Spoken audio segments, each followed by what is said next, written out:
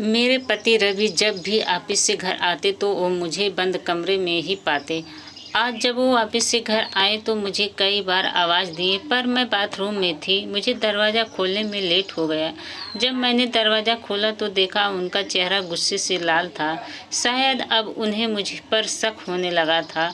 वो मुझे ऊपर से नीचे तक देखते रह गए। उनके देखने के इस अंदाज से अब तो मुझे घबराहट होने लगी थी कि कहीं इन्हें मेरे बारे में कुछ पता तो नहीं चल गया। मैं उन्हें यह सब तो नहीं बता सकती थी कि आखिर मैं इतनी देर तक अपने आप को कमरे में बंद करके करती क्या हूँ। सच तो यह था, कमरे में अपने आप को बंद करके वक्त गुजारना मेरी मजबूरी बन गई थी। मेरा नाम रचना है। मैं काफ़ी पढ़ी लिखी एजुकेशन लड़की। इतनी पढ़ी लिखी होने के बावजूद मुझे हालात के साथ समझौता करना पड़ा। इस समझौते में गलती किसी और की नहीं बल्कि मेरी ही है। हुआ कुछ यूँ ही कि एक दिन कॉलेज जाते समय मेरी मुलाकात रवि से हुई। रवि काफ़ी हैंडसम था। मैं उसे पहली नज़र में ही पसंद करने लगी। वो भी धीरे धीरे मुझसे प्यार करने लगा। हम दोनों के प्यार को लगभग इसी तरह 1 साल गुजर गया। अब वक्त आ गया था कि मैं अपने माँ बाप को अपनी और रवि के रिश्ते के बारे में बता दूँ। कुछ दिन बाद मैंने रवि को अपने मम्मी पापा से जो मिलवाया, सभी उसे देखकर बहुत खुश हुए। रवि खूबसूरत होने के साथ साथ अच्छे खासे ख़ानदान से ताल्लुक़ रखता था। उसे नापसंद करने वाली कोई बात ही नहीं थी। मेरे घर वाले रवि को पसंद कर लिए। रवि के माँ बाप बचपन में ही गुजर गए थे। रवि अपने भैया भाभी के साथ रहता था। पर जब रवि ने हमारे रिश्ते के बारे में अपने भैया भाभी से बात की तो वो लोग ज़्यादा खुश नहीं हुए। पर रवि की खुशी की वजह से वह किसी तरह मुझे देखने आ गए। पर जैसे ही मैं चाय की ट्रे लेकर उन लोगों के सामने आई तो मुझे देखते ही खुश हो गए। रवि के भैया ने हंसकर रवि से कहा, रवि तुम्हारी पसंद तो बहुत अच्छी है। अपने भाई को खुश देखकर रवि भी बहुत खुश हुआ। पर मुझे रवि के भैया के देखने का तरीका थोड़ा अजीब लगा। वो मुझे तिरछी नज़रों से देख रहे थे। फिर मैंने सोचा शायद यह मेरा वहम होगा। कुछ दिन बाद मेरी और रवि की शादी बड़े धूमधाम से हुई।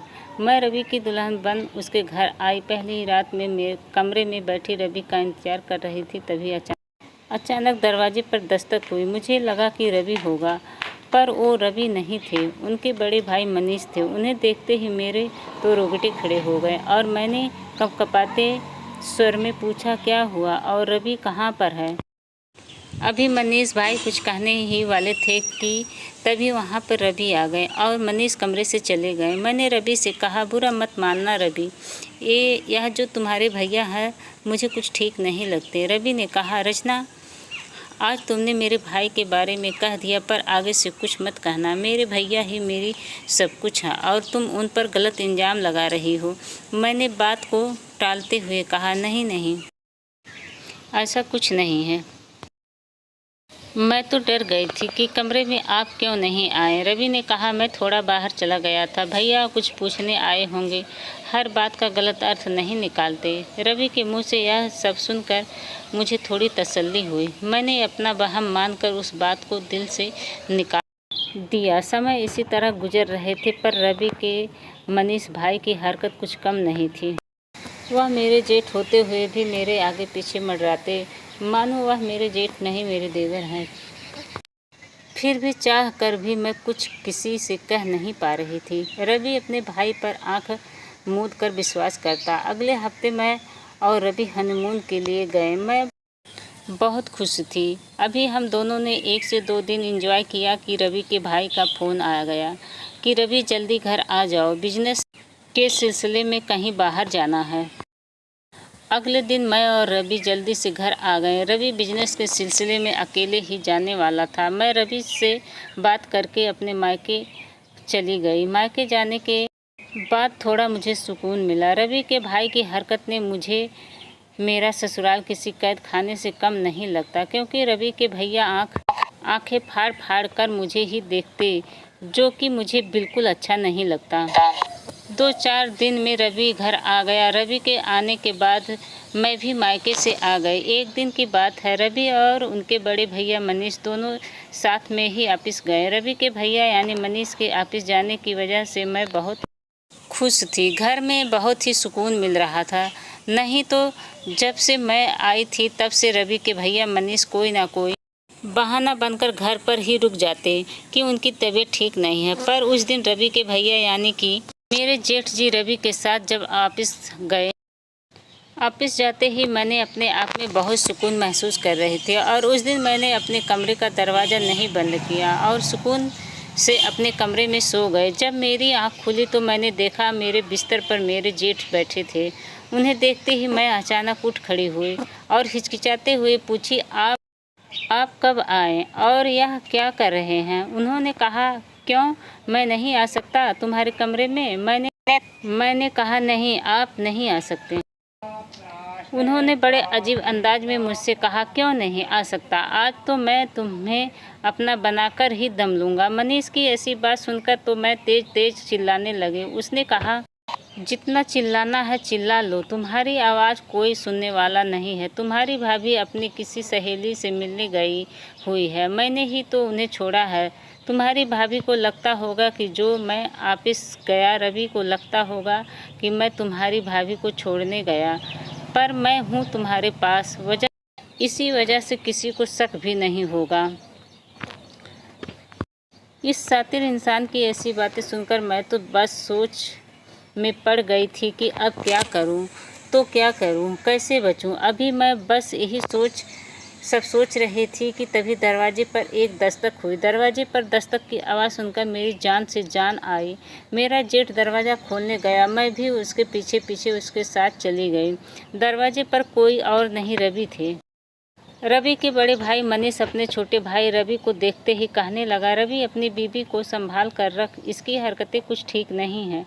रवि ने कहा, क्या हुआ भैया? रचना ने कुछ कहा, क्या आप ऐसे क्यों बोल रहे हो? मनीष ने कहा, नहीं रचना मुझे क्यों कुछ कहेगी, लेकिन जब मैं घर पर आया तो मैंने देखा पीछे के दरवाजे रास्ते कोई भाग रहा था। रवि के बड़े भाई मनीष के मुंह से यह बात सुनकर मैं हक्का बक्का सी रह गई थी। यह आदमी यह क्या बोल रहा है? मैंने तुरंत रवि से कहा, नहीं रवि, ऐसा कुछ नहीं है। रवि ने कहा, तो कैसा है? क्या मनीष भैया झूठ बोल रहे हैं? रवि अपने भाई की आंख मूंदकर विश्वास तो करता ही था। उसने कहा, रचना, तुमने यह ठीक नहीं किया। तुम्हारा कौन सा यार तुमसे मिलने आया था, बताओ। मैं रवि के पैर पर गिर गई और बोली, नहीं, ऐसा गलत इल्जाम मेरे ऊपर नहीं लगाओ, यह झूठ है, भैया झूठ बोल रहे हैं। बल्कि यही मेरे कमरे में आए थे और मुझसे कहने लगे, आज मैं तुम्हें अपना बनाकर रहूँगा। मनीष ने कहा, देखा रवि, जब यह पकड़ी गई और इसका काला सच मैंने तुम्हारे सामने लाकर रख दिया तो इसने मुझे ही फंसाना शुरू कर दिया। रवि ने कहा, रचना, तुम अभी और इसी वक्त मेरे घर से निकल जाओ, मैं तुम्हारे साथ एक पल भी नहीं रह सकता। मैं रवि के सामने रोते गिड़गिड़ाते रह गई, पर रवि ने मेरी एक ना सुनी। रवि ने कहा, तुम तैयार हो जाओ, मैं तुम्हारी जैसी बच्चलन लड़की के साथ अब मैं एक पल भी नहीं रह सकता। अगले कुछ दिनों में मैं तलाक के कागजात भिजवा दूंगा, तुम उस पर सिग्नेचर कर देना। रवि मुझे मेरे मायके छोड़ दिया। यहाँ आने के कुछ दिन बाद पता चला कि मैं प्रेग्नेंट थी, पर यह बात मैंने किसी को नहीं बताई। कुछ दिन बाद रवि ने तलाक के कागजात भिजवा दिए। मैं सिग्नेचर नहीं करना चाहती थी, पर मजबूरन मुझे सिग्नेचर करना पड़ा।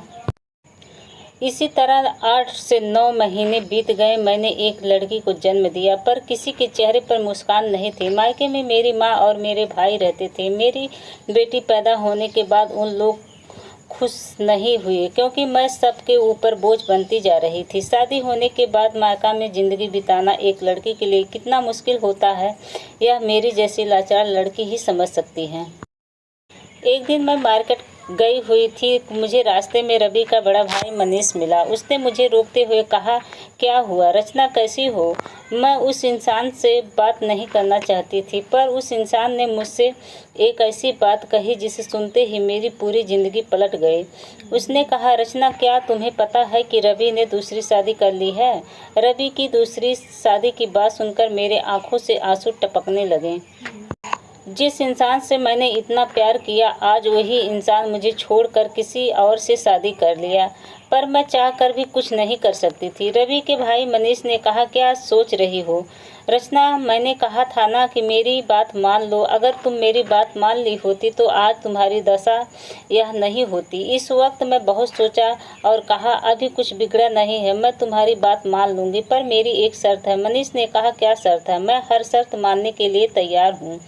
मैंने कहा, शर्त यही है कि मैं तुमसे शादी करना चाहती हूँ। शादी का नाम सुनकर मनीष के चेहरे पर खुशी खुशी थी। उसने कहा, शादी? क्या मैं तुम्हें पाने के लिए कुछ भी कर सकता हूँ? अगले ही हफ्ते मैंने मनीष से शादी कर ली। मैंने अपनी बेटी की बात किसी को नहीं बताई कि मेरी एक बेटी भी है। मैंने अपनी बेटी को अपने माँ के पास ही छोड़ दिया था और फिर दोबारा मैं उसी घर में दुल्हन बनकर आई जिस घर से मुझे धक्के मारकर बाहर निकाला गया था। रवि और उसकी पत्नी मुझे देखकर चौंक गए। मैंने किसी से बात नहीं की। रवि के भाई मनीष तो मुझे महारानी की तरह रखता था। वह मेरी हर बात मानता था। एक दिन मैंने मनीष से कहा, अब तुम अपनी बीवी को तलाक दे दो। उसने मेरे कहने पर अपनी पहली पत्नी को तलाक दे दिया। फिर कुछ दिन बाद मैंने कहा, अपनी पूरी प्रॉपर्टी मेरे नाम कर दो। उसने ना सोचा ना समझा अपना पूरा प्रॉपर्टी मेरे नाम कर दिया।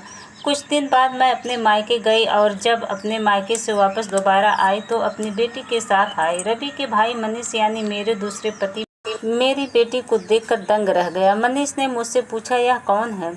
मैंने उसके हाथ में तलाक के कागजात पकड़ाते हुए कहा, यह मेरी बेटी है और अब मैं तुम्हारे साथ एक पल भी नहीं रहूँगी।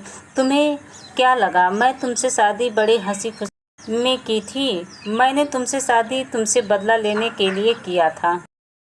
अब मुझे तुमसे तलाक चाहिए। मैंने सिग्नेचर कर दिया है, अब तुम्हारी सिग्नेचर बाकी है।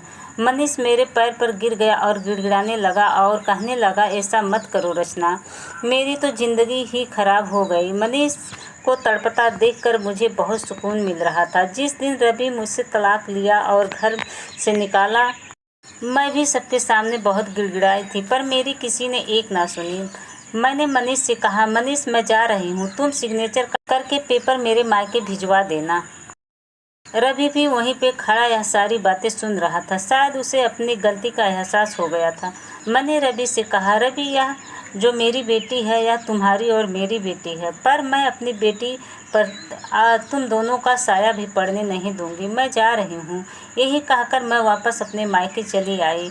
मेरे पास आज सब कुछ था, मेरी बेटी के पालन पोषण के लिए ये धन दौलत शोहरत, और मुझे यही चाहिए भी था और ये सब करना मेरी मजबूरी थी, क्योंकि मेरे सामने मेरी नन्ही सी जान थी और इस नन्ही सी जान के सर से पिता का साया मनीष नाम के इंसान ने छीना था। मनीष के साथ साथ रवि ने भी मेरे साथ बहुत गलत किया था, क्योंकि आपने धोखेबाज भाई के कहने पर उसने एक बार भी इस बात को जानने की कोशिश नहीं की क्या सही है और क्या गलत है, और तुरंत तलाक दे दिया। मेरे साथ तो धोखा हुआ ही और मेरे साथ मेरी फूल सी बच्ची के साथ भी बहुत गलत हुआ और मेरे बेटी की परवरिश के लिए यह सब करना पड़ा। मेरे लिए बहुत ज़रूरी था। आज मैं अपनी बेटी के साथ रहती हूँ और बहुत खुश भी हूँ, और मैं यह पूरी कोशिश करती हूँ कि अपने बाप की कमी कभी महसूस ना हो। मैं सिंगल मदर ज़रूर हूँ, पर मैं अपनी बेटी को माँ और बाप दोनों का प्यार देने की पूरी कोशिश करती हूँ। दोस्तों, रचना के साथ तो बहुत गलत हुआ था, पर यह तो बस एक कहानी है। पर हमारे समाज में कुछ लोग ऐसे हैं जो बिना सोचे समझे दूसरों के बहकावे में आकर अपना हंसता खेलता परिवार बेवजह बर्बाद कर देते हैं।